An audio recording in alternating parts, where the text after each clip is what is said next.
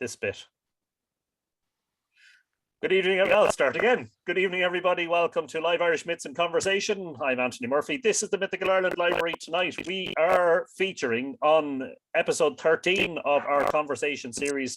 We are featuring Orion, the constellation Orion, aka Andy Oppenheimer, who has collated and contributed to and edited this wonderful new book, Stars of Orion. So tonight we will be talking about constellations and astronomy and mythology and all sorts of things. And my dog needs to be let in again. What dog? My dog. I've got two dogs, and one's a very big dog and one's a little one, Canis Major and Canis Minor, and we've actually got them upstairs. I like that. Well, yes, our Canis Minor was out for a toilet break and is now yelping to be let back in.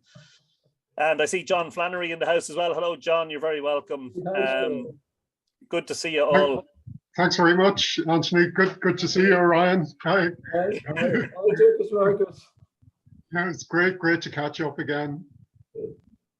Certainly it is, and even though we're in virtual space constantly, it is wonderful that we have this technology to keep ourselves company through everything that's been happening over the last year and a half. I suppose what I'll do, Andy, is I'll ask you to introduce yourself. Tell us a little bit about your background, you know, where you come from, where you grew up, and maybe a bit about your career. While you start that, I'm going to let the dog in.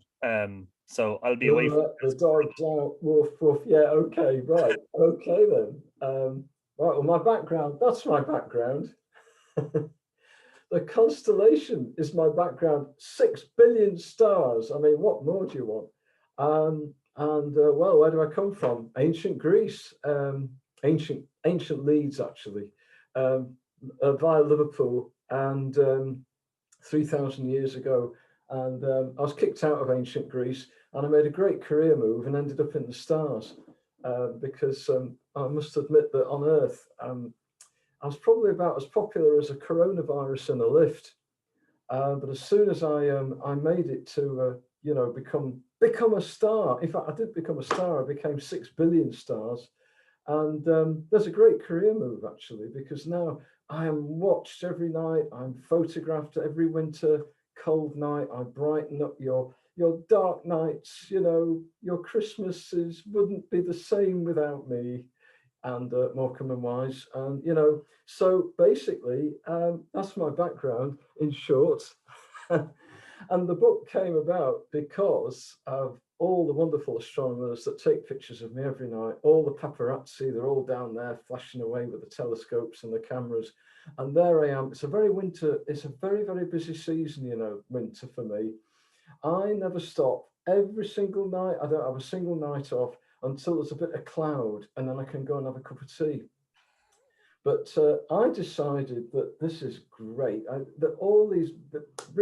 got onto this thing called Twitter that you have down on your beleaguered planet to keep yourselves amused. And I sort of got onto this Twitter thing, and Twitter is great. And I discovered all these wonderful photos that all these great astronomers have been taking of me every night, you know, around about when the football season starts. Exactly the same day that the football season starts in the UK, I start up in the sky. And I finish just after Cup final day as it goes.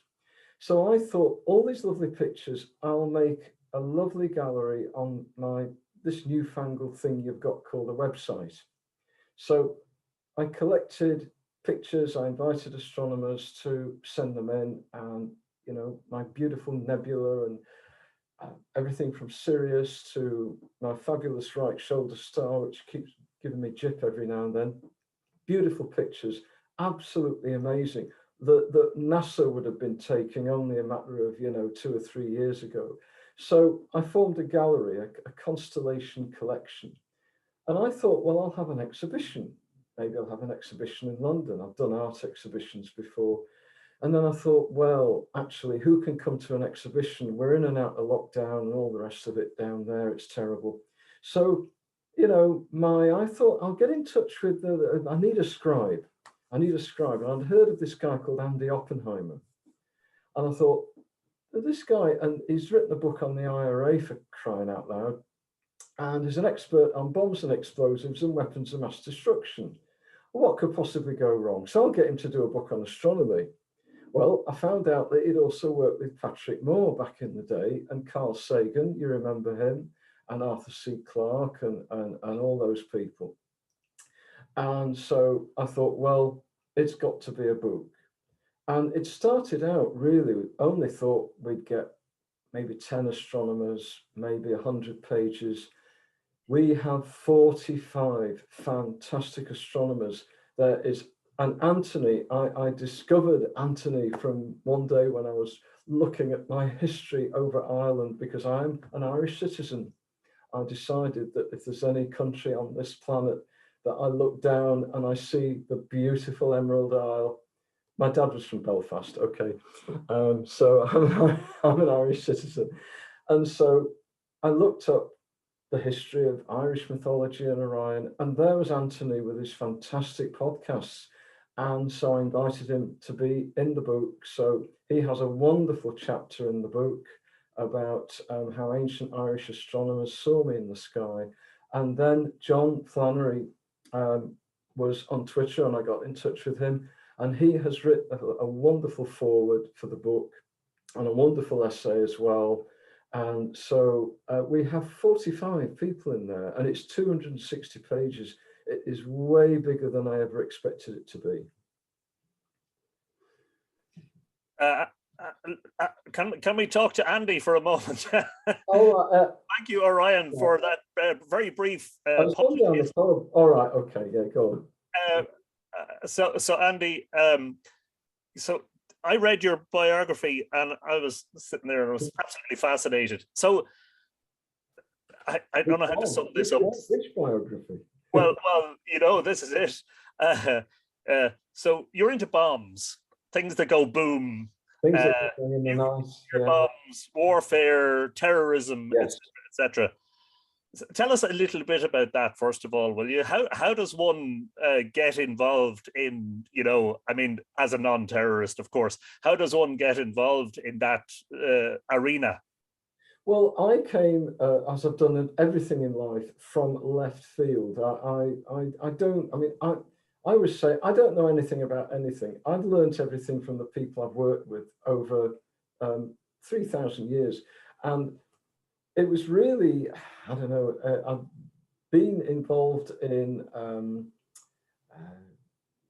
really on scientific material. I mean, I worked on the astronomy started when I worked on a magazine called Omni, which came out from America many, many, many thousands of years ago when dinosaurs were roaming the earth and when the music was great, the late 70s.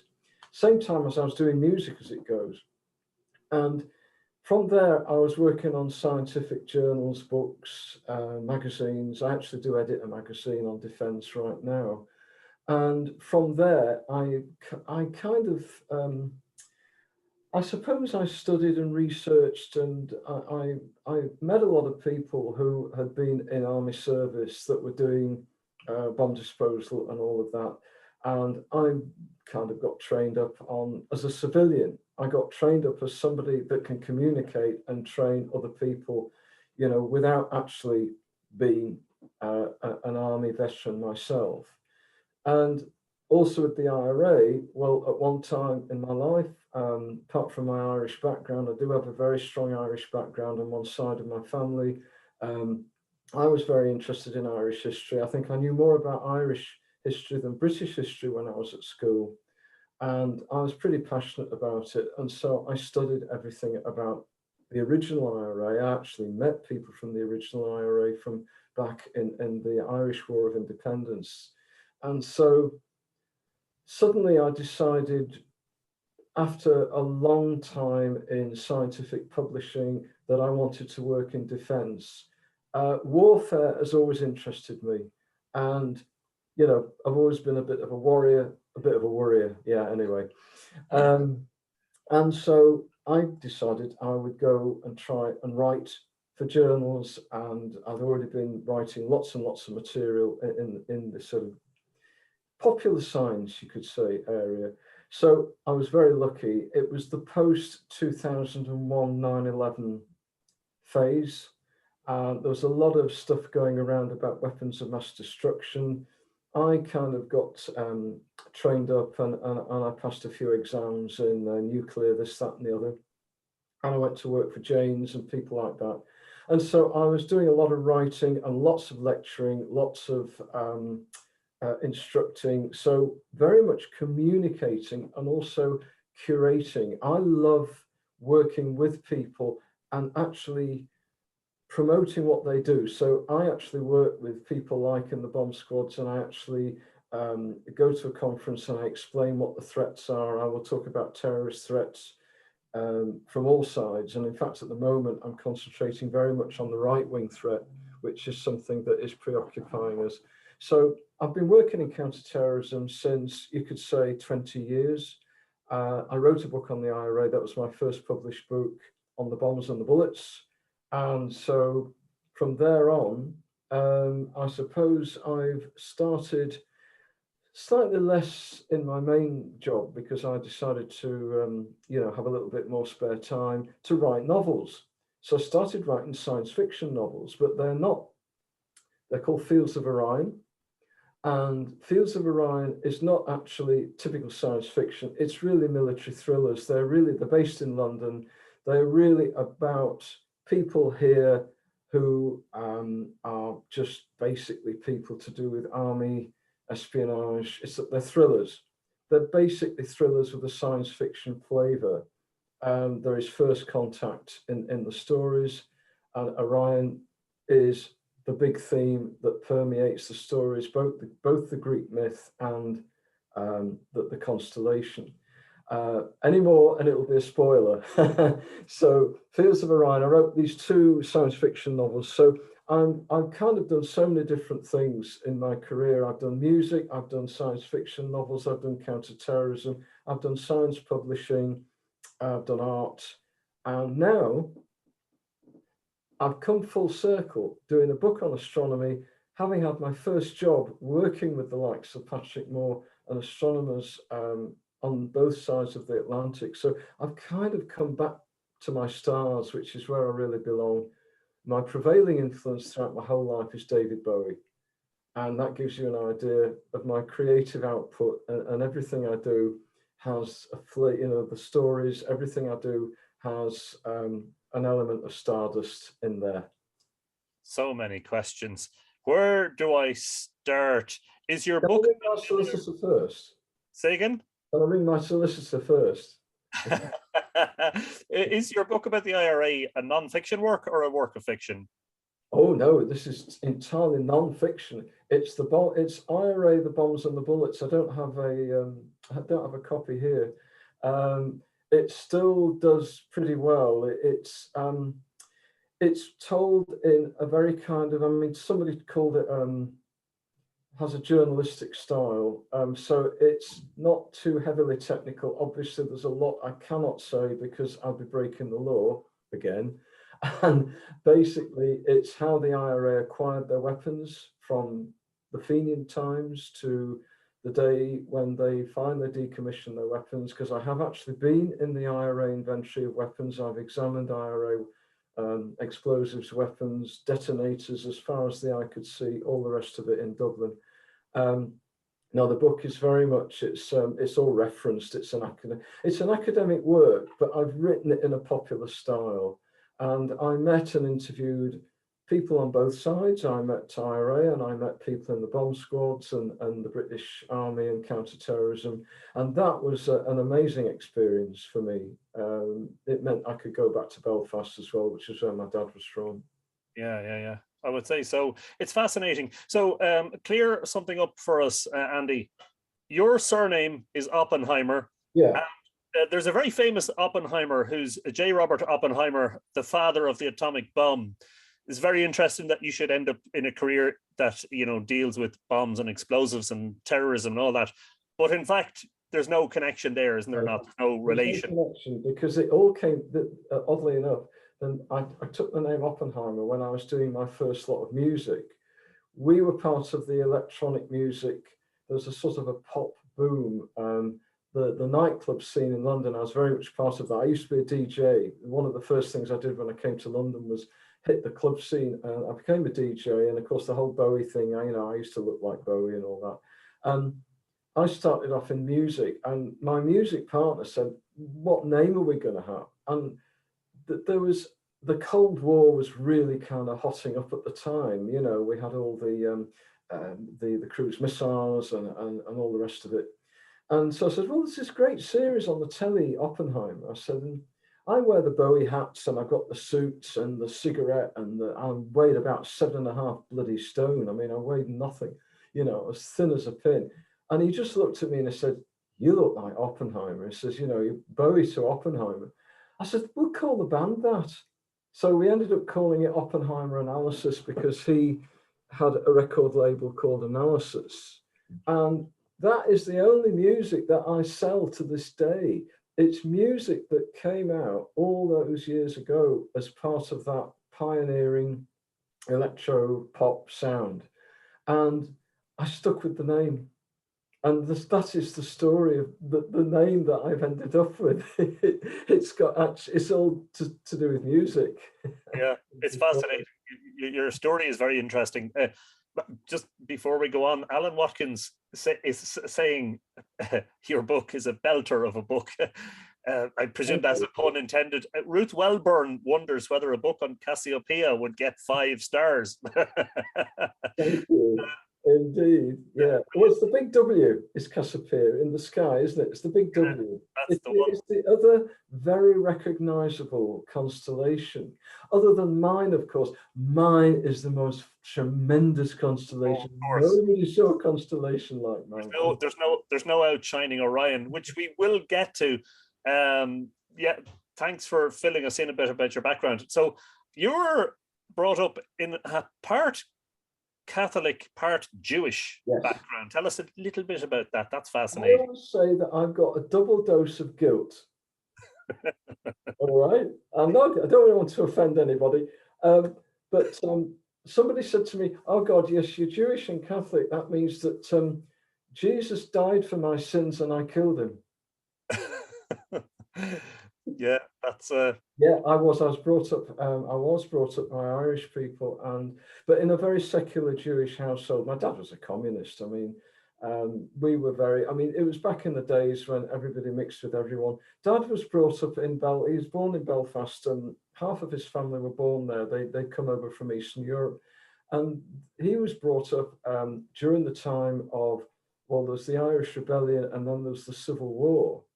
And he was a young lad during that time, and he was actually shot during that time in the street. And so I'm here by a hair's breadth that my father caught a bullet that sliced through his neck. Wow. And he used to love showing that scar off. I got this in the Irish Civil War. I said, Dad, you were 10, But anyway, so I was brought up by very, very strong Irish background, and in the north of England, and then I went to live in Liverpool, where I went to university, as it goes. Liverpool Irish, there's a strong connection with Liverpool and Ireland, Yeah. Andy, I have no notes, by the way. I just thought we'd just go with the flow. So the questions will come as they come. Let's talk about Orion for a moment. Do you remember? I mean, I say that everybody remembers the first time they saw Orion. Do you remember the first time you saw Orion? Was it memorable as it is with many people? It was the first time they saw me. I say, you're all Orion virgins, and now you're virgins no more. No, I've got to keep it clean. Okay.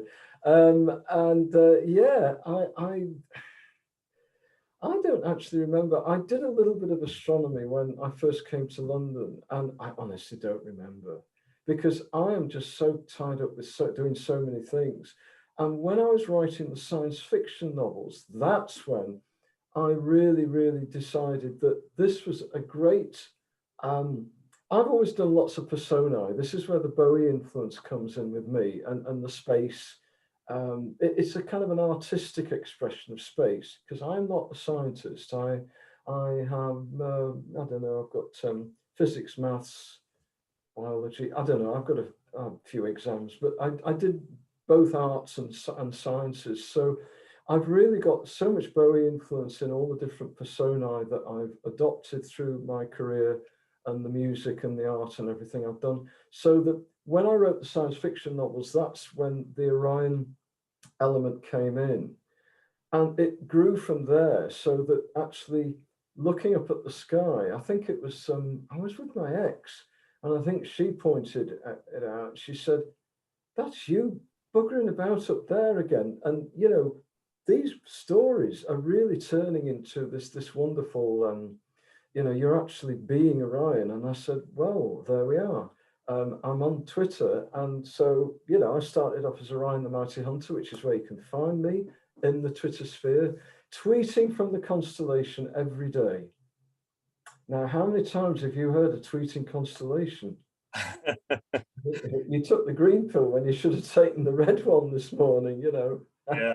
Something that's very interesting about, you know, anyone who's had an introduction to astronomy, and of course, part of the difficulty for those of us who are living in built-up areas is that you don't see the stars in the same way that you see them in the wildernesses. And I actually believe that, you know, the epiphany comes for many people when they find themselves in a place far away from city lights, and they encounter the night sky for the first time in, you know, the way that the ancestors would have seen it. And it's really quite a powerful experience. That's extraordinary, isn't it? I've seen that in the American desert, I must admit. That you feel like that the stars are, you're in the stars. You actually feel like you're there, you know, you really do. I remember that several years. I mean, I'm in astronomy since I was 6 or 7, but I remember a few years after I started getting interested in it, I was on holidays in Connemara with my family, and we were staying in a cottage on the lake of Loch Carra, which is very well known as the place where St. Patrick was supposed to have banished the demons or the birds that attacked him when he was fasting on Croagh Patrick. But I stepped out from that cottage. We were a load of us, you know, my siblings and you know, the other family siblings, and a few of us crept out the window at 11 o'clock at night to sneak out into the garden. And I'd never experienced it. I grew up in a town where there were street lights and car lights and constant light pollution, and we stepped out into a garden that was literally in the middle of nowhere, that there were no street lights, there was nobody, no cars on the road, and it was the blackest of black, clear nights. And just like that, it was, wow. So this is what it really looks like, you know? And that's an immense, for me anyway, there was an immense epiphany to that. But there's something about Orion in that, first of all, well, there are several aspects of it. It has a lot of bright stars in it. It has a very interesting layout, design, pattern, we'll call it, especially with the belt. And another thing that's fascinating about it is the first constellation. I've got my belt on, but it's across my. It's on your jumper. Look, Orion's belt on your jumper. Christmas belt. You see, well, your Christmas jumper. Yeah. Some people might have been introduced to astronomy. I mean, the first introduction I had through school was through the plough. Ursa made, Big Bear, the Big Dipper. And that was the first constellation I ever sort of saw in a book and then looked at in the sky. But it was Orion that provided me with my pathway into astronomy, because I borrowed a book from a library, which was one of these, you know, it was one of these books where it had, you know, the constellations and a map of the constellation and information about the constellation. And so I was looking at Orion like this, and I looked out the back window of the kitchen in the house when I was growing up, and there he was. It was early January. Crystal clear night, really cold. Quadrantids were happening, the meteors. And I saw Orion, and I just looked up and I looked down into the book and back up again. I said, oh, this is a brilliant hobby. Of course, I might have believed that all constellations were like Orion. It just so happens that there's no constellation like mine. My constellation, nobody saw a constellation like mine before. Yeah, okay. I know what you're doing there.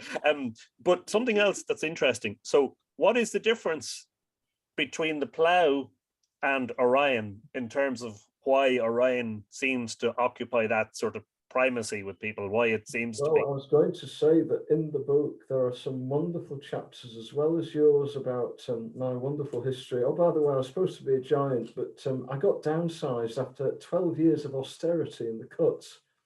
So, you know, but yes, all the lovely stories about giants in Ireland. There's some beautiful chapters about how the constellation was viewed throughout history, ancient history, way back thousands of years. And there are so many different stories. And in fact, even amongst the ancient Greeks, where I am supposed to have been hatched, there are more variants of my story than there are of this blasted germ that's going around. It is full of, and it's almost as though what came first, the stars or the creation of Orion the Hunter, because Orion the Hunter is the Greek myth story. And there's so many versions of it that it makes you think that there might have actually been somebody that roamed around ancient Greece hunting, hunting down everything. And they hunt more women actually than animals, to be honest. And that then promotion to the skies. But the ancient civilizations have seen everything from, like, the ancient Arab astronomers saw Al-Jabbar, the giant, and I think there are various other cultures.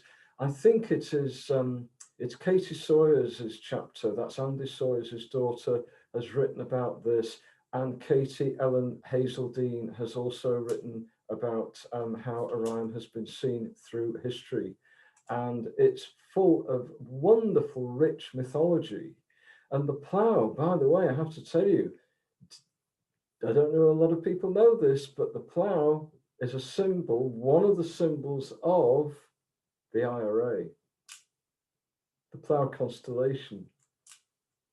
Oh dear, I've spoilt your day now. Well, I think one of the early flags it's the young IRA. I think it's the old. This is the old IRA, by the way. I'm talking about way back. It's before the provisionals. But anyway, the plough was one of the symbols. Anyway, isn't it true though also that Orion is a constellation of the equatorial zone of the sky? Yes. And just for the non-astronomers, the reason that's significant is what it means is that because Orion straddles the equatorial zone of the sky, it can be seen by, am I right in saying, most of the inhabited areas of the world, or all of them? I made sure of that. I want a mass audience. I want to be popular, you see. You know, there's got to be, mind you, it's bloody hard work. Every bloody night. Anyway, go on. Well, it's just that, you know, for instance, with Ursa Major, with the plough, it's a circumpolar northern hemisphere constellation. So if you go south of the equator, you can't see it. You never see the plough. In parts of the equatorial region of the world, you might see some of its stars. But Orion is one that can be seen by basically the entire human population. So that gives it a significance, doesn't it? Like, you know, I mean, I understand that you know, it's in that sort of area of the sky that is deeply fascinating. Orion is a magnificent constellation. It's flanked by the dogs. Sirius is the brightest star in the sky. So after the sun and the moon and Jupiter and Venus, Sirius is the next brightest object and the brightest of all the stars. Above and to the right of Orion is Taurus the bull. And then above and to the left is Gemini. And then you have the Milky Way running down past his shoulder. It really is like, it is. I remember that when my first winter of observing, I remember when that gave way to spring and summer, that there are much more sort of vacant areas of the sky where there isn't a huge amount happening. So for instance, you know, that part of the sky just under Hydra, where there doesn't seem to be very many interesting or bright stars. So it's like somebody, like if you believe in a creator, you know, the creator went, ta-da, here's my you know, my magnus opus, here's my great work, you know, here's my great gift to humanity, that in the winter months, you know, you'll have the most glorious stars to look at, you know. But the second brightest is Canopus, isn't it? and the third brightest is Rigel Centaurus, if I'm not mistaken. So they're southern hemisphere stars. We never see those. Yeah. In fact, at this latitude from Ireland, we only see the next brightest is Arcturus, which I think is the fourth brightest of all the stars. And it's a red star, which is fascinating. Anyway, I've gotten a little bit sidetracked there. I got a little bit excited. Orion, do you have a favorite star in your constellation? It's going to be Betelgeuse because it's going to be the most explosive. Well, that figures for someone who's interested in. And it has been playing me up a bit lately. I go to a nice physio up there. I've got a lovely physiotherapist, and she says, I'm not, because we can't have this before Christmas because, people have got to get their Christmas shopping done. So it's not going to blow up before Christmas. But I do understand that it was a little bit paining me last March. And it went down a bit. It did go down a bit. It's a beautiful color, beautiful orange color, lovely orange. And my hair used to be that color actually. And it just is. But the thing is that what you're saying about God having this amazing day of producing all the great stars. I think that it was a geometry lesson because God must have been doing sort of O-level or A-level geometry because Orion is this, I've got this amazing symmetry. And if you look at Rob Tilsley's chapter in the book, he's doing Orion through time. So he's predicting how I'm going to look. Ooh, I'm going to look really old and horrible in 14,000 years' time. And he's actually taken these photos where he's what's the word? What's simulated? That's the word I'm looking for. Simulated once the star's gone, and then once Rigel has gone. I think it is Rigel that's gone, and so he's actually got this lopsided constellation, and it looks so. It looks really weird once this becomes a black hole, because when this blows up, this will be a black hole. It's got to be, because it's so damn huge. It's enormous, 960 times the size of the sun. Yeah. Not that I want to exaggerate.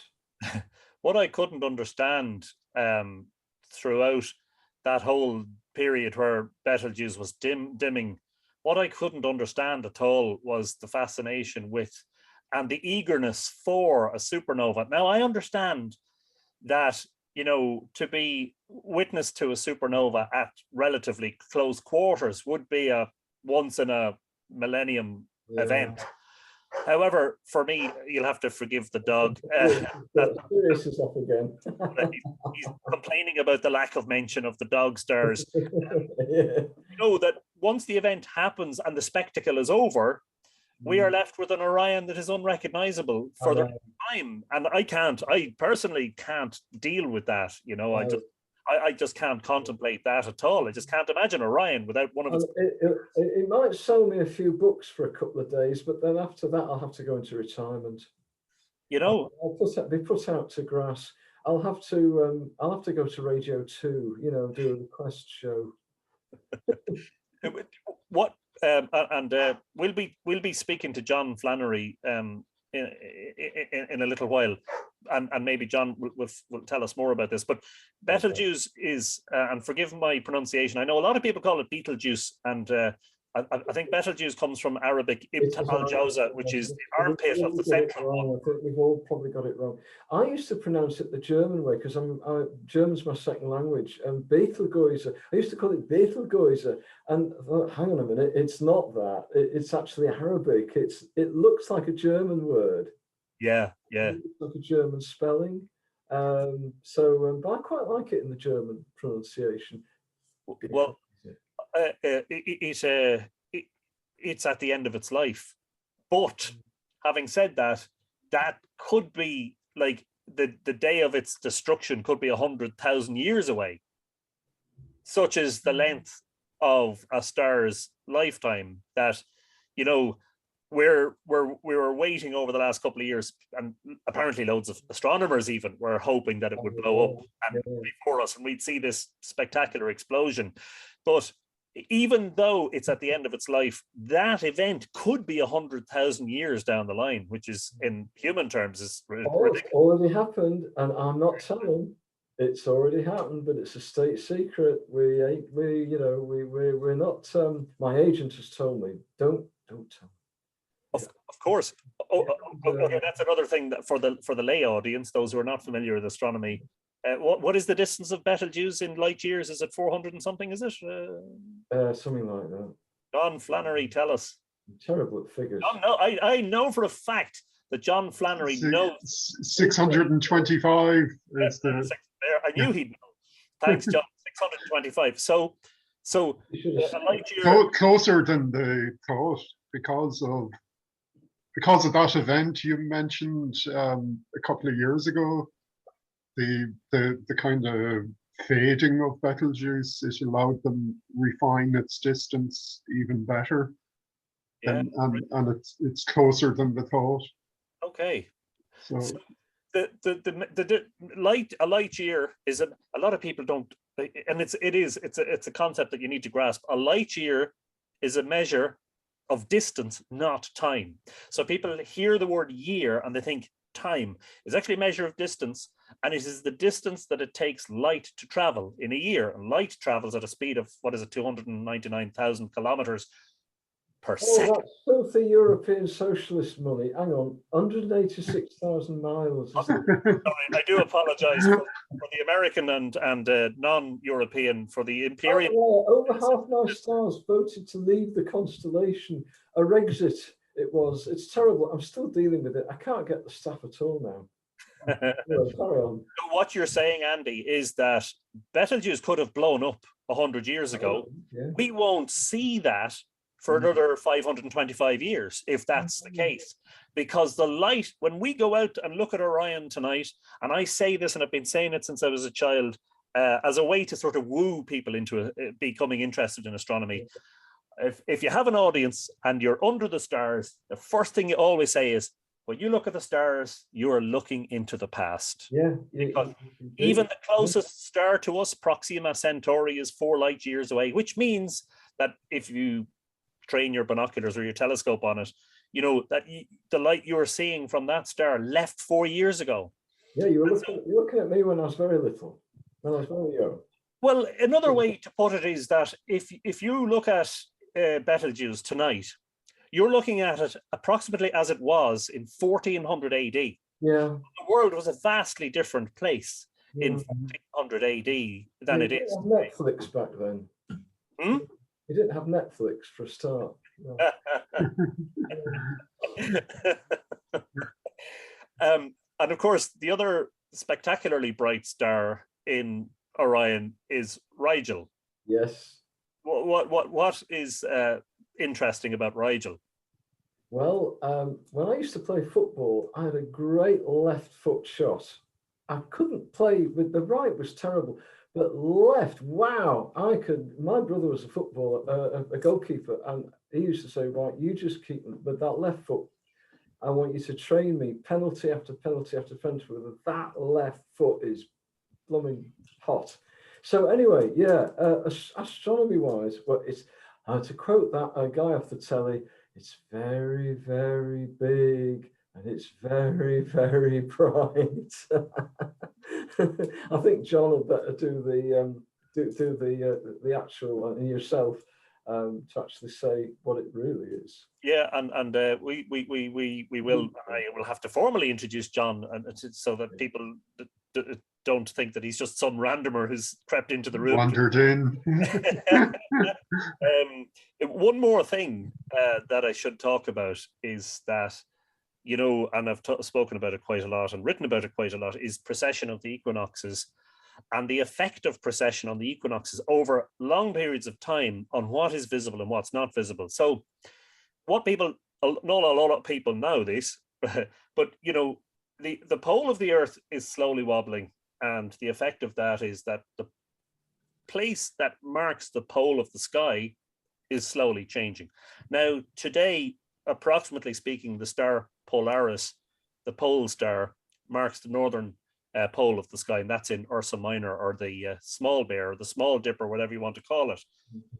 And through time, that changes. So if you go back to the late Neolithic or early Bronze Age, one of the, I think it's Alpha Draconis, Thuban, was close to the pole. So the pole star changes. But another thing that happens is, the reason it's called precession of the equinoxes is because if you look at where the sun is positioned at the vernal equinox, that is when the sun is, when the ecliptic crosses the celestial equator, that is slowly moving westwards through the zodiac, or clockwise as it were, or to the right. So today, the vernal equinox sun is in the constellation of Pisces. In a couple of hundred years' time, it will move across into Aquarius, hence the young age of Aquarius that so many, especially in the new age. I used to love it. Yeah. And if you go back, you know, for 2,000 years, it was in Aries. For 2,000 years, it was in Taurus. For 2,000 years, it was in Gemini. Now, if you go back or forward, the whole cycle takes 25,920 years. Let's round it off. Let's call it 26,000 years. If you go back half a cycle, we're actually at the peak. Orion is the highest now at this latitude in the Northern Hemisphere.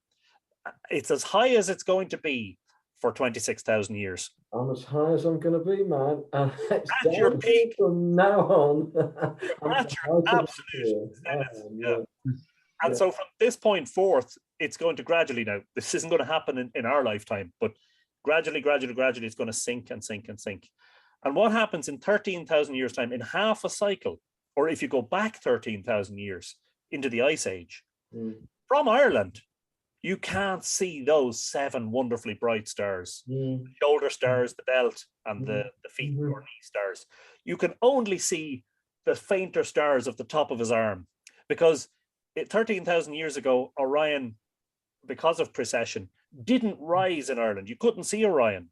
Yes, and this is all in the book. Yes, it's been brilliantly explained. I think Rob and yourself, I think several people do cover this particular view, that this is the height of the view. This is the best view. This is nobody ever saw stars like mine like before, because this is the absolute best time. Absolutely. Yeah. And it makes me wonder too about, you know, Orion's role as the sort of guardian of the ford, which you encounter in some of the warrior myths. You know, this is what I love. I love that about your account, Anthony. That this is what really captured my imagination completely. Because you know, the sun and the moon and the planets cross the celestial river, which is the Milky Way, above Orion, almost as if he's controlling them with his upraised arm, as if he's sort of, you know, making sure that everything happens as it should, you know. Tipping it over the bar. yeah. That's what it is. He's going for a point. But it's tremendously sad, isn't it, to think that, you know, as I say, it's not something we have to worry about, or our grandchildren, or our grandchildren's grandchildren. We're talking a long time into the future. But if we last that long, that is, if humans are standing in Ireland in 13,000 years' time, they won't see Orion. You know, will they know it? Will they know of it? Will we have obliterated ourselves to the extent we'll have no technology left and we'll be back to primitive ways? Will we even exist? Andy, that's an interesting question for you, given your interest in you know, conflict and terrorism, etc. You know, the Drake equation. One of the what do you call them? One of the elements or the factors of the Drake equation is whether a civilization will have obliterated itself when it becomes technologically advanced enough to communicate with other civilizations. Do you think, are you sanguine or are you pessimistic? That's in Fields of Orion. That's in my science fiction novels, I'm afraid. Yeah, thanks for the plug, Anthony. Well, if anybody had predicted that, I mean, I always look at things, having worked for a futuristic magazine, which is the first time I did astronomy properly, with, you know, or by people like Patrick Moore and Carl Sagan, who were great visionaries, and Carl Sagan particularly, is that if you'd have said to people back in 1978 that you would have a little wee thing like this that had the computing power of, you know, NASA's moon shots, the Apollo, that Apollo, that one, that god that did me in. I don't mention his name, bitch. Anyway, yeah, what was I saying? About this phone, right? But the thing is that we all still look the same. I mean, if anybody predicted we all could be walking around in spacesuits or in, you know, monorails flying through the sky, and that we'd have, you know, our public transport would be transformed. There's so much that we haven't done. I mean, people bang on about all the amazing technology we've got, exactly what we're using right now. We're communicating through the World Wide Web. And we have all these everything's to do with computers. Everything that's been developed over the past 40 or 50 years has been to do with those geeks that inherited the earth. But there's lots of other things that are so primitive. They defy belief. The way our houses are the same. This is something, I suppose maybe I've got my kind of sociology thing going on here, you know. The psychology is also my favorite subject. I'm particularly because I had to study things like terrorism and all that. But there's so much we haven't done that if we do reach that time, if we think of 10,000 years on, it won't be anything like we think it's going to be. All those science fiction comic type films with all these whizzy, amazing, you know, contact with aliens or whatever it's going to be, they're just great works of, well, they're works of imagination, aided with the technology that we're looking at now. It's almost like, you know, we can only look at things through what we have now. You can predict as much as you like, and some of the predictions actually come true, but some just don't. I mean, I think one of the greatest predictive novels was Ray Bradbury's Fahrenheit 451, because he predicted the great big screens that people were gawping at soap operas all day long, and they were being watched all the time. And, you know, it was a society of people that were kind of almost, you know, addicted to, you know, something that looks like the internet. That was an amazing book. But in terms of how civilizations, whether we're going to blow ourselves up and all of that, well, it probably won't be that. I'm sad to say it'll be something like a pandemic. It's not going to be things that go bang. It will be something much more difficult to control even than something that is launched or made in a factory, like a bomb, like a weapon system. And by the way, I am using one of the most ancient weapons. I'm an archer, by the way. I know, Orion, I am an archer. I am a fully qualified archer. And these are my weapons of choice. And they have been used, I've got one for each star on my belt, by the way. These have been used since, you know, time immemorial. And people still, you know, this is a sport, of course, but in America, I mean, they hunt with these. And, you know, that's what, whenever I go on the archery range, I think about things like you've just said. I think about, look at this. This is one of the most ancient forms of warfare. I mean, it was originally for hunting, and then it became, you know, archery for warfare. And there's so much that we still have from the past. We have religions. We have all manner of stuff that people thought was going to die out. My dear old Marxist uncle used to say, oh, all this religion's going to die out. And I said, no, it won't. Oh, no, it won't. You've got it wrong there. You haven't done any psychology. You Marxists, you never do your psychology. That's the one subject that you neglect. And, you know, look at the world since the end of the Cold War. I once read something about in Russia at the end of the communist era, that there'd been something like 20,000 astronomers and no astrologers, because I suppose they were banned or whatever it was. And after the end of the communist period, there were 20,000 astrologers and 2,000 astronomers in the former what was the area called, you know, called the former Soviet Union. And I thought, well, there you go. Thanks very much for the future, you know. The best thing is to just listen to some David Bowie albums, really. So anyway. Life on Mars, yeah. Andy, tell us, how long did it take you to get Stars of Orion from a concept in your head to a finally published physical? This book went at the speed of light.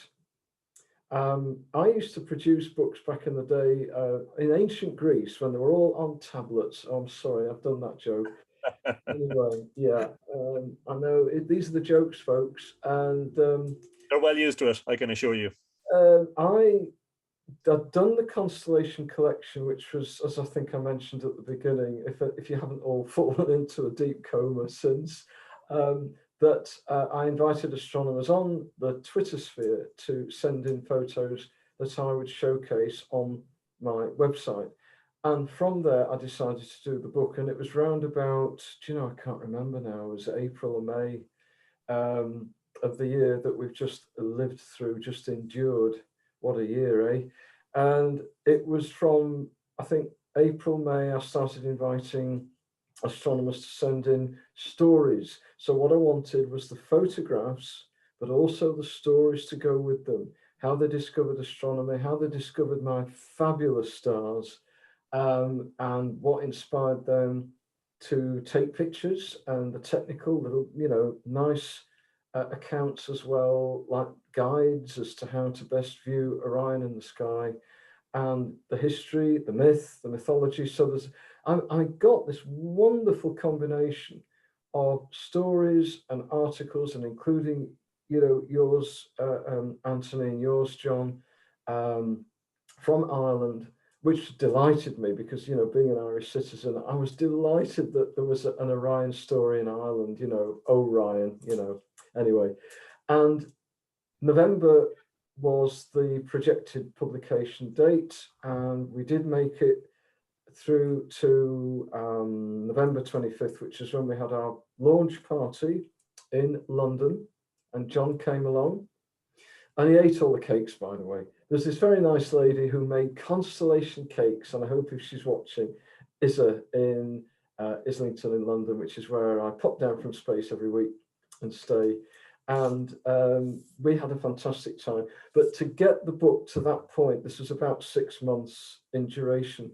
Back in the day, it would have taken about 15 people, I think, to put it together, even during the computer age, because, a multi-authored book with photographs, and then we had to go into the whole business of printing it. It's really something that would normally take a small staff of about 4 million to do. Yeah. Well, congratulations on bringing it all together. John was just showing us some of the constellation cakes there. So just by way of explanation, John Flannery is an Irish astronomer, and John provided the foreword for the book as well as contributing a chapter. John would be known to us as a member of the Irish Astronomical Society. He's involved in Dunsink Observatory as well. John, I'm going to invite you in for a couple of minutes. You maybe tell us a little bit about your role in this, and also maybe tell us a little bit more about this constellation, why you think it fascinates us so much. I'm not sure. Can you unmute yourself, John? Can you? Yes, I should be unmuted there now, Anthony. Yeah, it was just a terrific concept, and I think I don't know how I ended up following. I think how I ended up following Orion was the idea was being kicked about for the book, and Graham Kingdon, who I follow, who's over in the UK and keeps Shire horses. Graham put my name forward, and Dylan O'Donnell in Australia, and and it just kind of ran from there. Then, and we exchanged messages across interstellar space, and it's amazing. I beamed messages. Yeah, and we yeah. I'm just going to up the sound here a little. Sorry. But certainly just the concept of how everyone just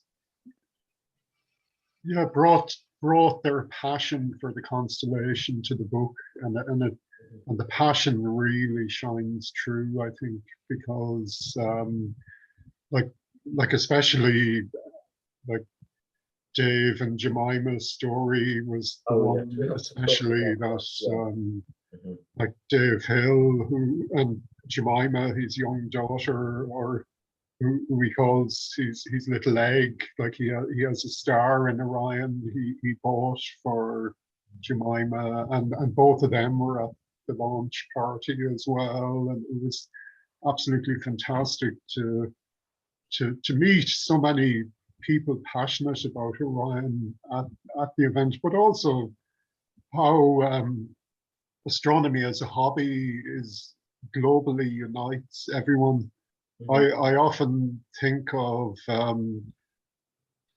like in my kind of my normal day job is in finance, but at night, of course, astronomy is the passion. Well, in fact, during the day as well, but just don't tell my bosses. But certainly the whole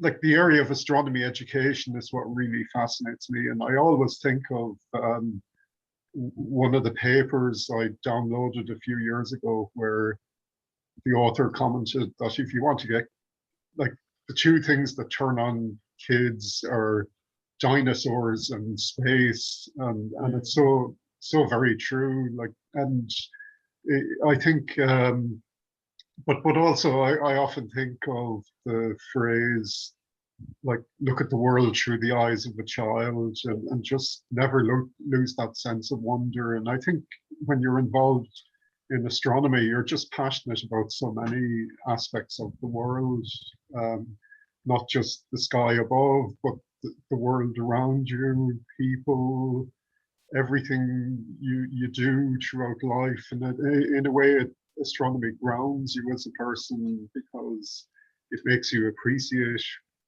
what's there.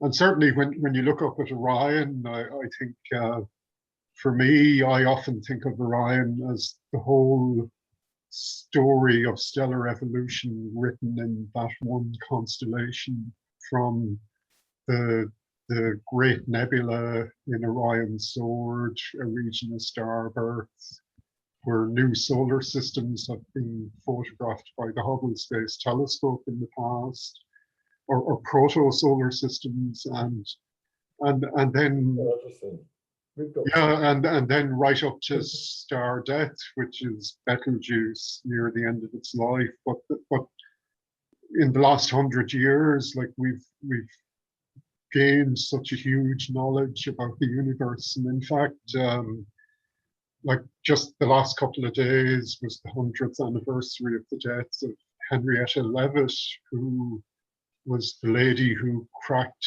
the so-called period luminosity law, and she's written about in Dava Sobel's book, The Glass Universe.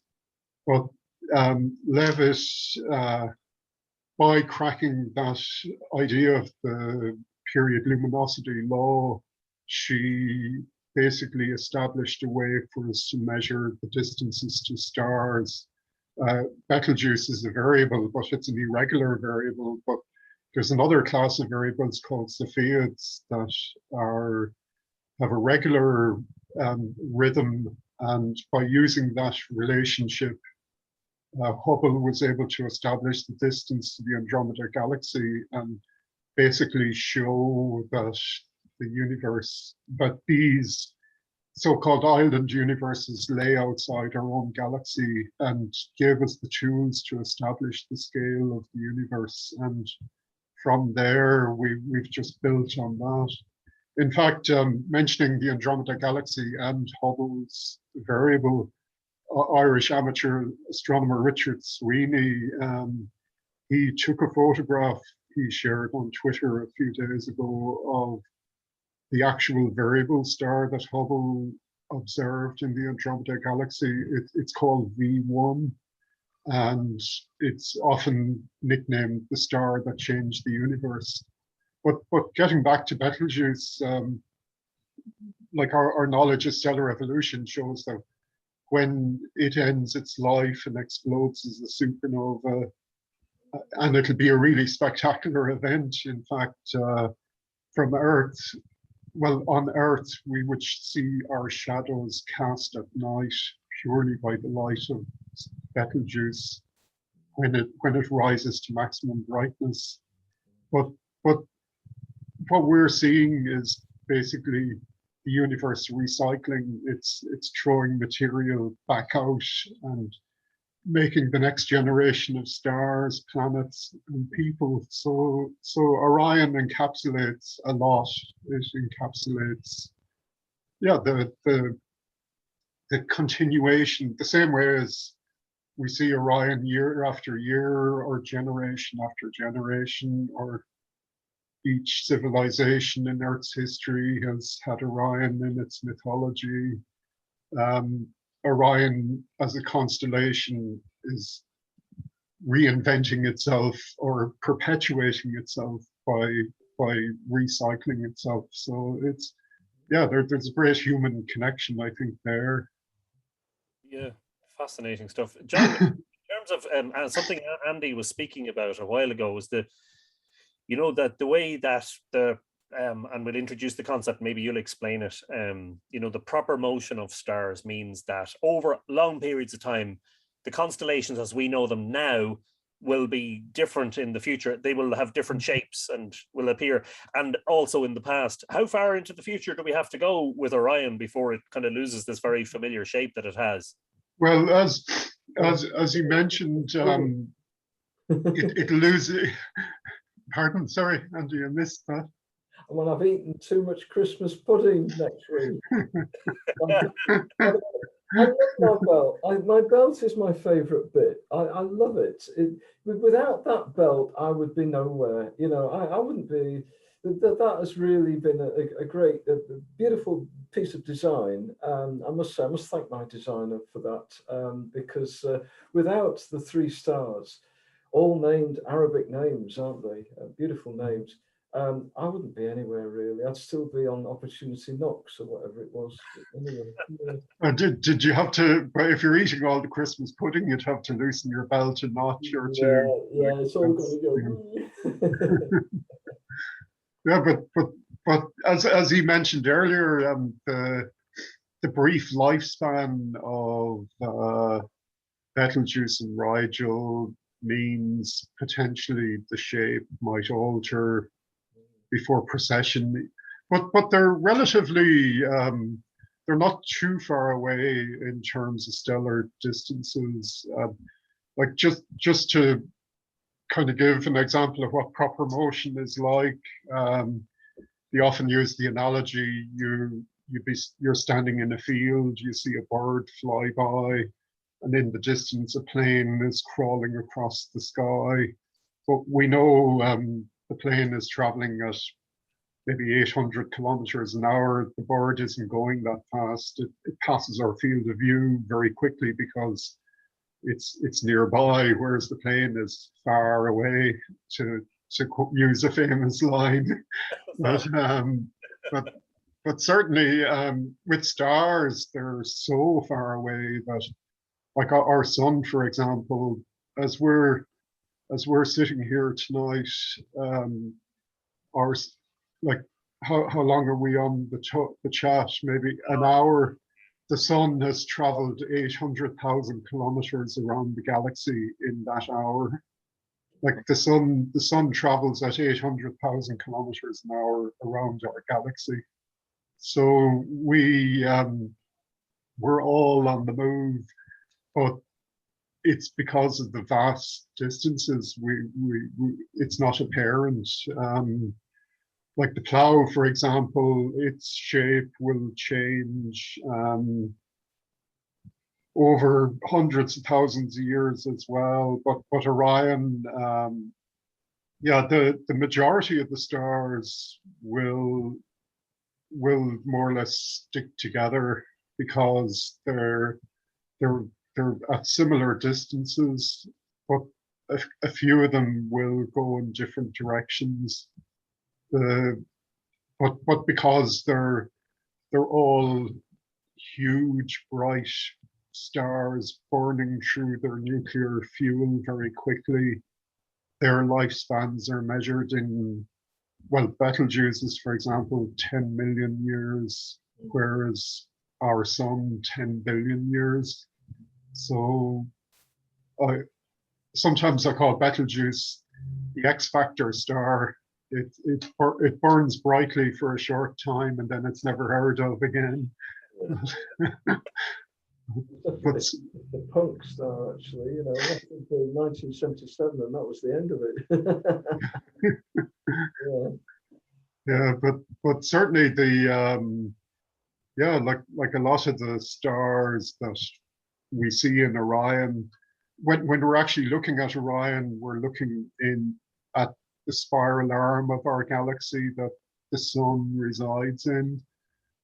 Like the Milky Way has a number of prominent arms. When like our Milky Way is a spiral galaxy, so like a Catherine wheel, if you look on it from a bird's eye point of view, you see arms trailing out of it, and the sun is on the inner edge of what's called the Orion arm, and we're looking out of the, like in the winter months, we're looking out to the suburbs of our galaxy.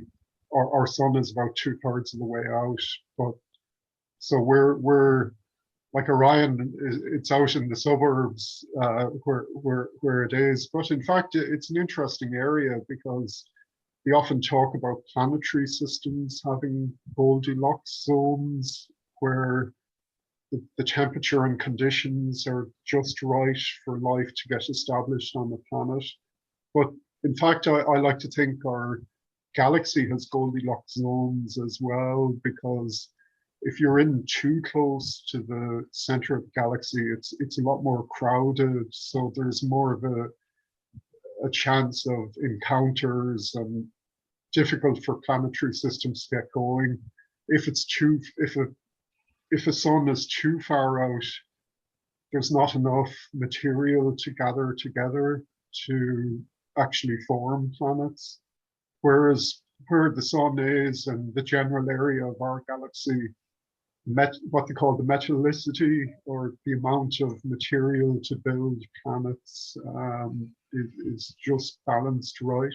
So, and Orion, of course, like if you were outside our galaxy, Orion would be a very prominent region of star birth visible to astronomers in other galaxies. So Another audience. My goodness me. yes. I've got to send books out to another galaxy now. Yeah, just might have to give them accurate directions, because it's easy go astray. You know, they could end up in the wrong galaxy. I'm not going to send it by Hermes because he's useless. Myth joke, by the way. Yeah. Yeah. Thanks, John, for you're an absolute mine of information, which is brilliant. You're walking astronomical encyclopedia, which is a great joy, because you know, I like to think that you and I are both sort of practical astronomers, but we also have that sort of armchair thing going too, you know. Yes, yeah. It's good to know all the facts, but it's also good to do the practical stuff, you know. You particularly enjoy naked eye observation, John, if I'm not mistaken. So yes, yeah.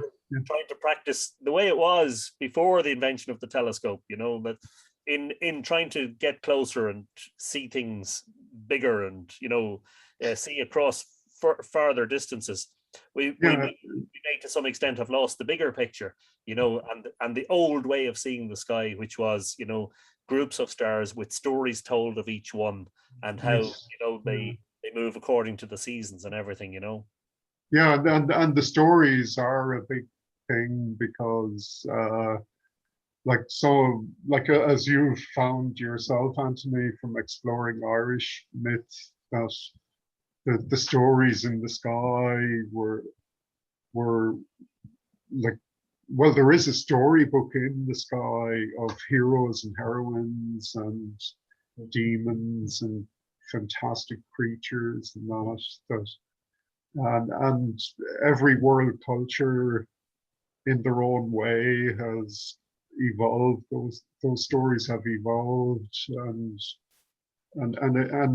it's just brilliant to dip into those stories, because like one of my favorites is how the plough, when it swoops low in the autumn months, it's just above the tree line, and one myth is that the tail stars were birds chasing the body of the bear around the pole over the course of the year. And when the plough got low in the autumn, the nearest bird was a robin, and it managed to mortally wound the bear. And the bear's blood flowed over the world below, dyeing the leaves, the reds and browns we see in the autumn, but also over the breast feathers of the robin, which is why the robin has a red breast. But then in the spring months, the plough is kind of standing on its hindquarters, like as if it's being reborn. And it's also when bears emerge from hibernation. So it's a beautiful marrying of observation of the world around us, like both in the sky and on the earth below. And it's just that myth is well worth exploring. Yeah. Well, I always say that just to say, go. Not that I want to talk about me, you know, but you know, I'm not one to boast. But I always think that the ancient Greek myths, the original science fiction. I mean, a guy becomes a constellation, for crying out loud. I mean, if that isn't science fiction at its greatest, I don't know what is. And like you've just described, there's been so many other myths like that, where there's this amazing, maybe that they elevated people to gods, goddesses, whatever it was, and either put them in the sky or saw the resemblance in the sky to stories that they could conjure up as to the reasons why these things happened. And they are amazing. They really are. This is original science fiction. It's the very first. And how there's how the myth is common around the world, even though there's allegedly no contact between various civilizations, but yet you find a common thread to Yes, there are, yeah. which almost certainly highlights there was more contact than we often think between cultures and groups of people. So it's just how Orion was seen as that standard figure, like a hunter or warrior or great figure. But the prominence of the group definitely, as you were suggesting, like it does suggest the shape of a torso, and it's a very prominent figure. Like unlike like some other groups, and you're just scratching your head wondering how did they figure out that that's supposed to be. Yeah, that's supposed to be a snake. And Dave Allen would have had great fun with this. When Anthony and I were talking yesterday, I was saying, you know, he's our favourite comedian in our household, was Dave Allen, and how he tells us stories about, you know, people's stories of the Bible or whatever myths it was, and you know, I think he would have had a great time telling all this, because it'd have really torn it to bits, but he would have had a wonderful time with it, as he, you know, take the mickey out of religion all the time, you know. But it's easy to laugh at the way people saw things, but people still have these. You know, they have versions of mythology now, I suppose. You've only got to read the internet, and there's plenty of that around. But actually, in your heart of hearts, could you ever find forgiveness for Scorpius? Well, I was actually, my scribe, oh yeah, this is me now. Andy, I was stung by a scorpion. And people say, "Oh, you're making that up." You know, I was. So, you know, life imitating art or life imitating myth or something like that. Oh, yeah. A bark scorpion, to be precise. So, yes, I know what it feels like. Yeah, it's those other things beginning with S I don't really like, but they're from the same family. Yes. Same family of creatures. But yeah, I was stung by a scorpion. I'm here courtesy of the US Army, who probably saved my bacon. I But with was by stung, I was stung on the leg. Yeah. shooting. Administering anti-venom or something, I presume. I don't remember much about it because I was completely. I was talking even more rubbish than I am tonight, by the way, because you know, you go completely a bit. You go quite dotty. You go numb and all sorts of stuff. Anyway, I got the antidote. I just remember having this extremely freezing cold thing going into my leg, and there's this guy just holding me down, and you know, and then he goes, "Oh, it's okay. It's not a helicopter job." I said, "Oh." Drama. I said, that's a bit extreme. I said, I know a little bit of drama, but he says, no, he says, you've just been stung by a scorpion. I said, what? I didn't know anything about it much. I just sort of felt something. And he saw it happen. And he saw this damn thing crawling at my leg. And he went straight for the kit, you know, because they've all got the kit on them. They've all got the antidotes on them where we were in Scorpion country. And boy, if it wasn't for that speed of treatment, well, who knows? Because they are pretty lethal. But yeah, so writing about all that. But you see, the real story. There's so many versions of my death. As I say, it really is. One's fake news and the others, but it's really the arrow through the head, Jobby. The scorpions really. That's just a warm-up act. The scorpion was the warm-up act, and it's really Artemis shooting us through the head with one of these. Well, you haven't been swimming. You haven't been swimming. I go swimming in the sea at Brighton and Hove, and I make sure I've got my bloody helmet on. Yeah. The story that I read in the astronomy book when I was young, and if I read it in an astronomy book, it must be true, was that Scorpius, as it's known in to astronomers, Scorpio to astrologers, Scorpius is located exactly opposite the sky to Orion, precisely for that reason, you know. And indeed, Scorpius is. So if you look at from Ireland in the summertime, if you look at that region of the sky, Scorpius and Sagittarius, the space between those is the position of where the winter solstice sun is. So in a week's time, we're into the shortest day in the Northern Hemisphere. If there was suddenly a total eclipse of the sun and the stars came out, you would see that the sun is actually located between Scorpius and Sagittarius in that low part of the sky. And you're getting an idea where the top of the hand of Orion was 13,000 years ago, or where it will be 13,000 years in the future. And so if you reverse that, in 13,000 years' time, Orion won't be visible for Ireland, but Sagittarius and Scorpius will be way up in the sky. You'll be able to see the whole lot. Oh, yes, yeah. You can't see the whole lot of Scorpius at the moment. I remember seeing it from the Canaries and saying, oh, wow, you can see much more of it now than we can see at home, you know? And your chapter, Anthony, like the Cuchulainn myths, and like it's just fascinating. Brilliant. I love the about giants. Oh, tell about the giants. Tell about the giants. I love that. And the Milky Way and the Boyne. Well, I should point out that, of course, and I've said this before, but it is speculative.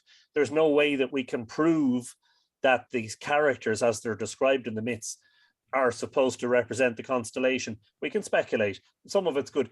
But the one that I would draw people's attention to is the story of Nuadu, who in Moytura, the Second Battle of Moytura, returns to the kingship only after he had received a new silver arm, a prosthesis, the first mention of prosthetics in Irish myth. And we've covered this on previous episodes of Live Irish Myths. But in the first Battle of Moytura, his arm was chopped off at the shoulder.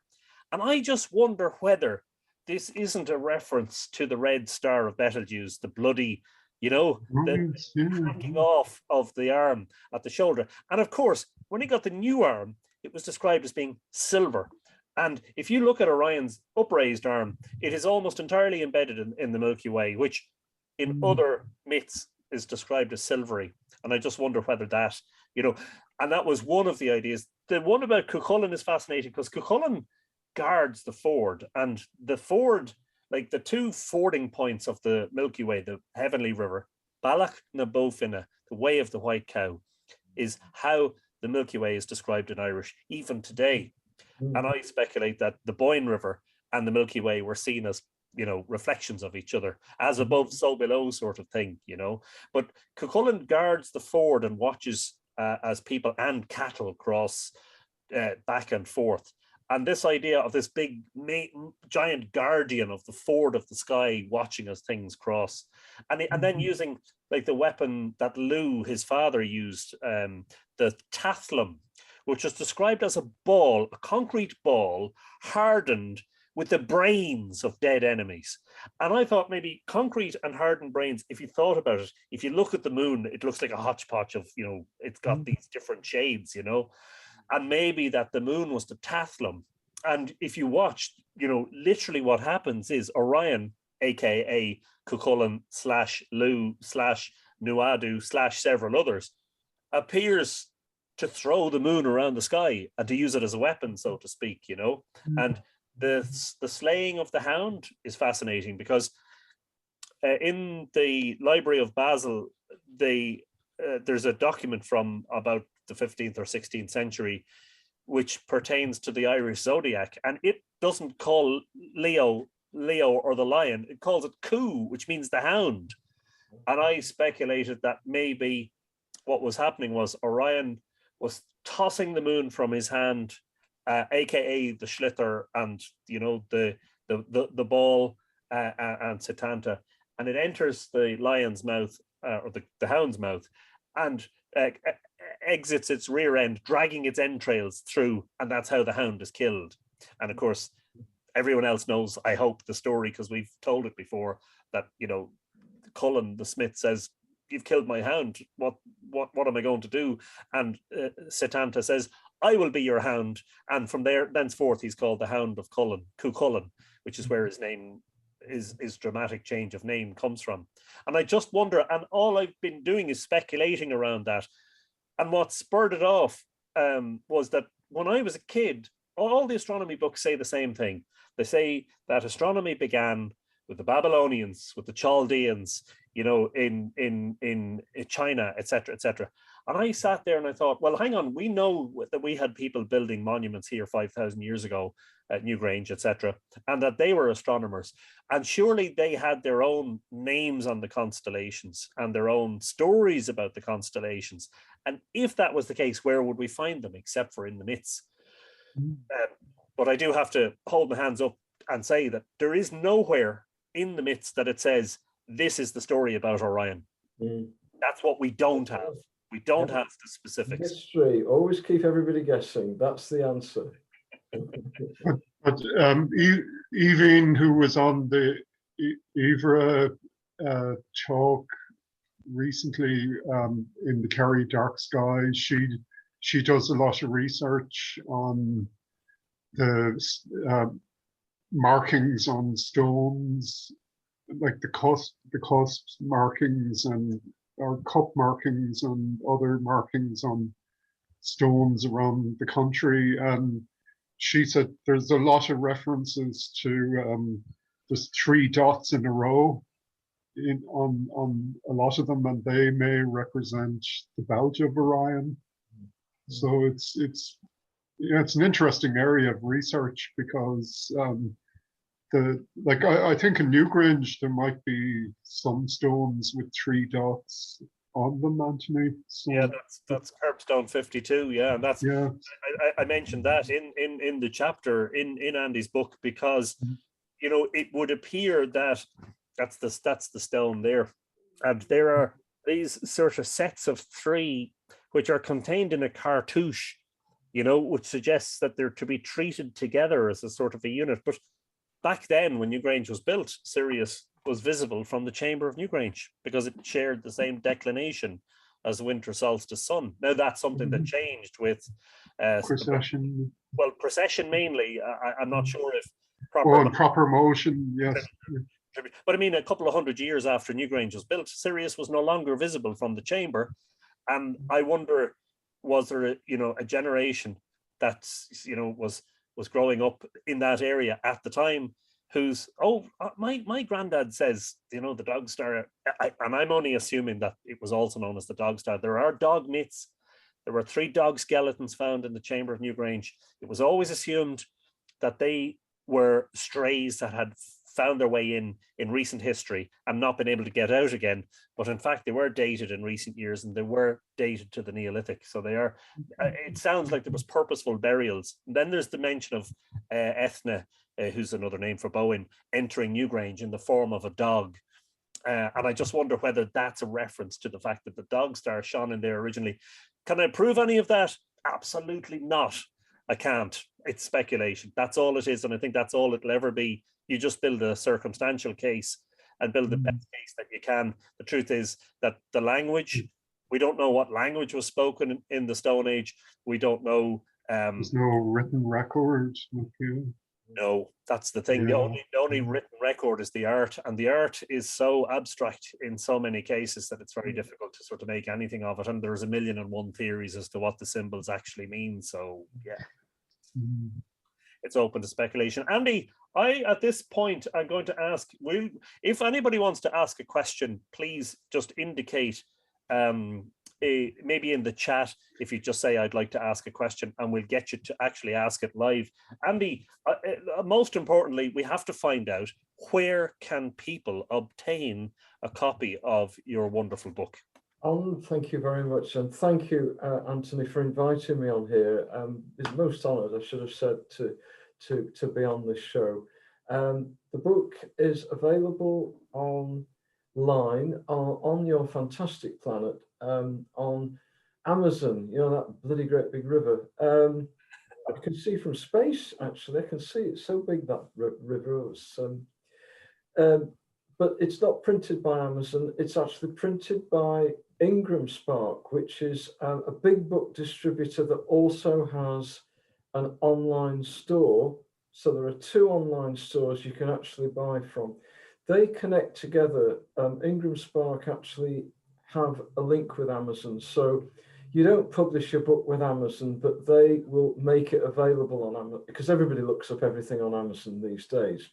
So as the paperback, it can be bought on the Amazon link and on a thing called the Book Depository, which is the Ingram Spark online store. The Book Depository, you'll probably all remember, there was a bloke with a rifle out of the top window pointing it round about this time. It was November, wasn't it? So you can't possibly forget that name, the Book Depository. It's an online store, and also Ingram Spark distribute books to all the bookstores, which Amazon doesn't do. So Waterstones and Barnes and Nobles and all those stores, they have the book on the database. They may not have it actually in the store, but they'll order it in 24 hours. And there's an ebook which has been charting actually in the top 20 and the top 50, top 100 bestsellers on Amazon. And that is actually Amazon, an ebook on Amazon. It's on the same page as the paperback. You can see it. And it's charting in astronomy and cosmology. And I think it's even coming up in ancient Greek history or something like that. It kind of goes up and down like a dunny seat every day. It's what, one day it's like 15, then it goes down to 100. And then, because people read the ebooks on Kindle Unlimited, because that's the Amazon version of Spotify, isn't it? It's a subscriber, you download lots and lots of books. And it really is fantastic as an ebook, because I didn't think I would ever do a paperback, because I knew that they're very expensive to produce, and it is an expensive project because it's all color and it's printed. But the ebook, I'm amazed it's been so popular, because it's a handy thing to be carrying on your tablet. We've just been talking about tablets. carry around on your tablet, even a mobile phone, and that thing called a Kindle, which was how it all started, wasn't it? It's the Kindle store. So that's how you can get it. So it's bookstores, Amazon as a paperback, but as I say, it's printed by Ingram Spark, and they offer it on their online store, the Book Depository. And I know it's all very bit complicated, all of that, but that's the way things are these days when you produce a book yourself. And I hope that one day, if I ever do a revised edition of this book, that I'll get a publisher for it, because doing this yourself up there in the constellation where you know, you got to shout very loudly at the scribe to get out the pub and do some work. It's quite a job. So people are already asking me, when's the next edition coming out? My God, it's only been out a month, you know. Well, no, yeah, just under a month. It's been out. I've shared a link to where you can buy it in the chat. If anybody wants to get their copy, please do your best, support Andy, and get yourself a copy of this wonderful book. Definitely, absolutely worth having in your collection. We have a question from Howard Grice. Howard, would you, do I have to ask you to unmute, or can you do that yourself? Let me see, hang on. Sorry, I have to ask to unmute. There we go. Hopefully you can unmute there, Howard. Sorry, the camera is in the way. Yeah, can you hear me now? Yeah, can hear you there. Wow. Ah, super. Okay. First of all, yeah, obviously thanks to Andy and thanks to John and to yourself, Anthony. It's been a very entertaining evening. And this question is sort of semi-serious. Don't treat it too seriously, but here we go. You know, here I am trying to be enthusiastic, looking at the night sky, looking out for Comet Leonard, looking out for the Geminid meteor shower, and down in Cork, all we have is thick cloud. Yeah. And I'm wondering, okay, has the weather in our part of Europe had any bearing in terms of the astronomical understanding and learning if we go back in time, when compared to sort of countries maybe in the Middle East, where they have these wonderful clear night skies day after day after day, and we're able to observe the passing of the night sky maybe much more easily than we do here because of the cloud. Well, I need some privacy, you know. They all complain, these astronomers. They say, I couldn't see you last night. Where were you? I was behind the cloud. I says, well, I've got to go down the pub. You know, I don't know. I'm on overtime. Anyway, yes, it's true, actually. And where I grew up in Liverpool, it's always like that. Every day. I mean, the sun is a UFO, you know, they report it as an unidentified flying object. Yeah, I don't know. I mean, you know, if you were sort of sat in, I don't know, the deserts of Egypt, staring at the sky night after night after night, generation after generation after generation, television, you'd have a chance, wouldn't you, of plotting, yeah, the movements and maybe, okay, you'd acquire a knowledge far quickly than a guy sat in Cork or in Navan or in Meath or in Leeds or Liverpool looking up thinking, jeepers, is the thing ever going to clear, you know? I don't know, am I barking up the wrong tree here, lads, or is this a valid point?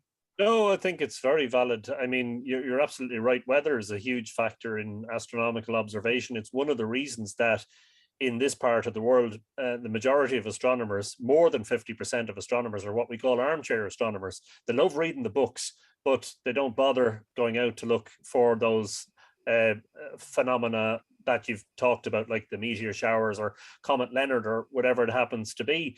Now, if you apply that retrospectively, we don't know what astronomers were like in prehistory, but I would suspect that there was a specific class of Druid astronomer whose duty it was to basically keep the the king updated as to what was going on in the sky.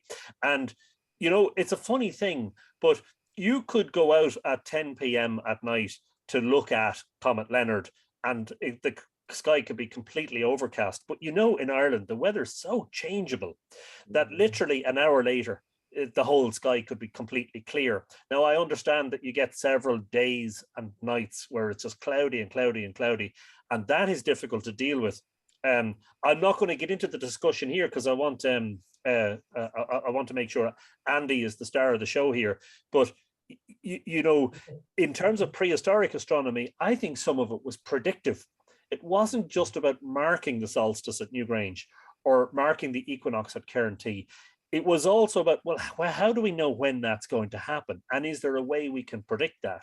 And of course, that involved observation of the moon and the moon's movements in the against the background of the stars.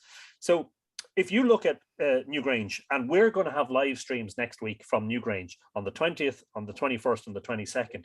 Now, Newgrange is open 6 days. On pre-pandemic, Newgrange would be open 6 mornings.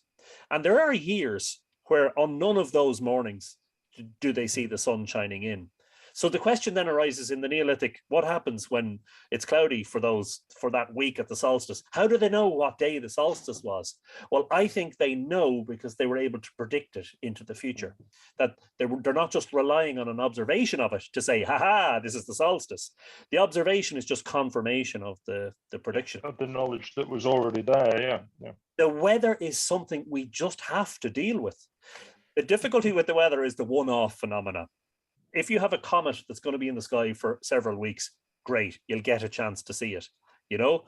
But if it's, for instance, a total eclipse of the moon, chances are, and I know this because I have been buggered up so many times trying to observe eclipses of the moon, because it's a phenomena that takes a few hours.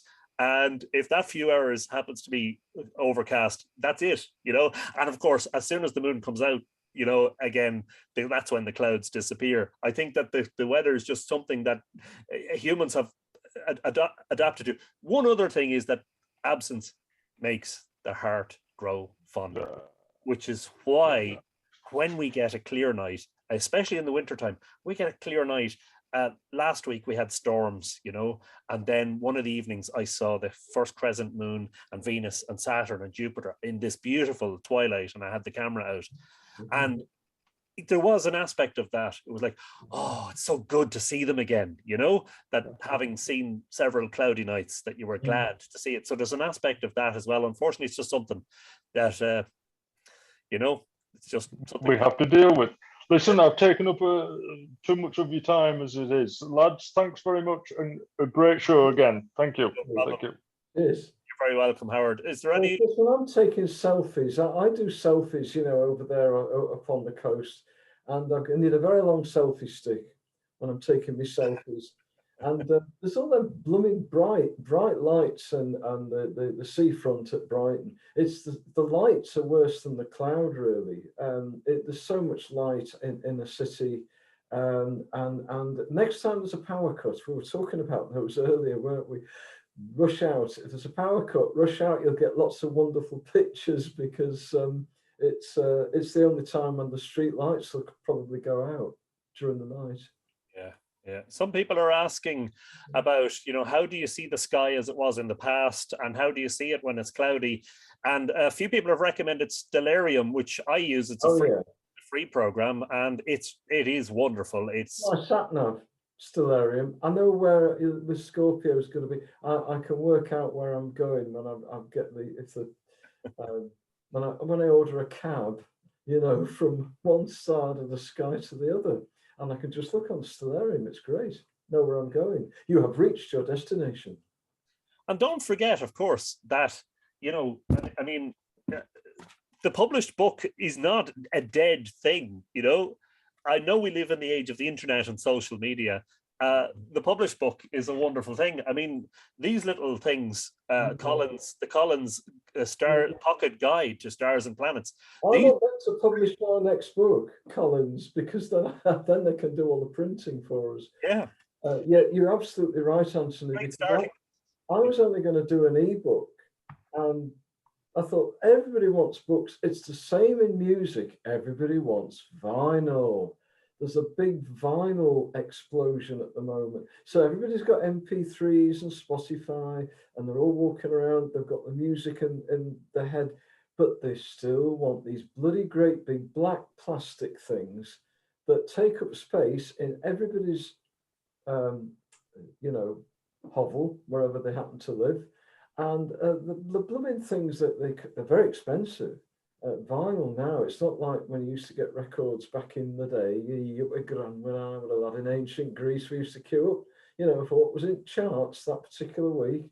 And, and albums, wow. When albums came out, it's really exciting. But it's like that, I think, paperbacks, people still want to have books. Every single one I've done, everybody still, want to have with the cover and the something that they can actually look at. I think that's what it is, and actually hold and turn the page. Absolutely. Couldn't agree more. Just before we finish, Andy, we are on an hour and 3/4 now. Alan Watkins would like to ask a question. We're going to go to penalties. Yeah, I'm not sure again. We'll be shoving that moon over the bar again. I have to find, I'm not sure if you can unmute, Alan, or do I have to ask you to? I do apologize. I think so. Can you hear me? There you are. We can hear you. Well, Andy, it's a real privilege to see you on this. I met Susie. She was fantastic. I'll tell you what, it's a brilliant evening, Andy, and you're shining brightly tonight, and I've really enjoyed myself. But my question is, if you had to choose between your life as a musician on Earth or a heavenly hunter in the sky, which would take precedence? I've got a choice, have I? Well, you could do both. Well, actually, I pick think one. the sky, because as I said before, as a hunter on Earth, I was as popular as a coronavirus in a lift. And I got kicked out. And it was only when I was promoted to my fabulous constellation that I started to, I achieved stardom, as it were, so, and, forever as well. I mean, I'm going to go on and on and on and on, year after year after year. Blimey, I'm going to have to find something to do. So I think, that would be my choice, actually, because I'm much more popular up there than I ever am down here. Very good, very good. I presume, Alan, you're a musician. Just speculating. Well, yeah. Or you're a keyboard repairer. A bit of everything. If that's Alan Watkins, he's in the book. He's got a wonderful chapter in the book. I was very lucky to get invited into the book, and I've worked with Andy on a couple of records and things. I didn't realize that he was such a big astronomy buff, and all his history with Omni and everything. It's something that I just think is fantastic, because I love that magazine, and he's done so much, and I think it's just the multi-talented aspect of him. And with this new book, I think it's a really good, interesting book that anybody can have a read of, so it was great to be in it. And thank you. Thank you for being in it. It's definitely one to, well, if you like astronomy and you like looking at nice pictures of constellations, particularly Orion, it's definitely a good one.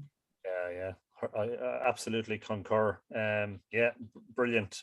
Thank you, Alan. Oh, Alan, just one quick word. Yeah. Are you sure you've got enough synthesizers there? Yeah. You really need to cut down.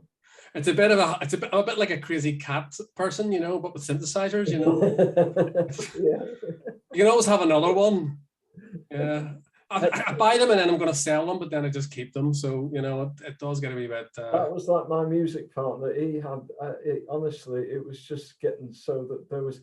I thought that the whole universe was going to implode at one point in his house, because there was so much...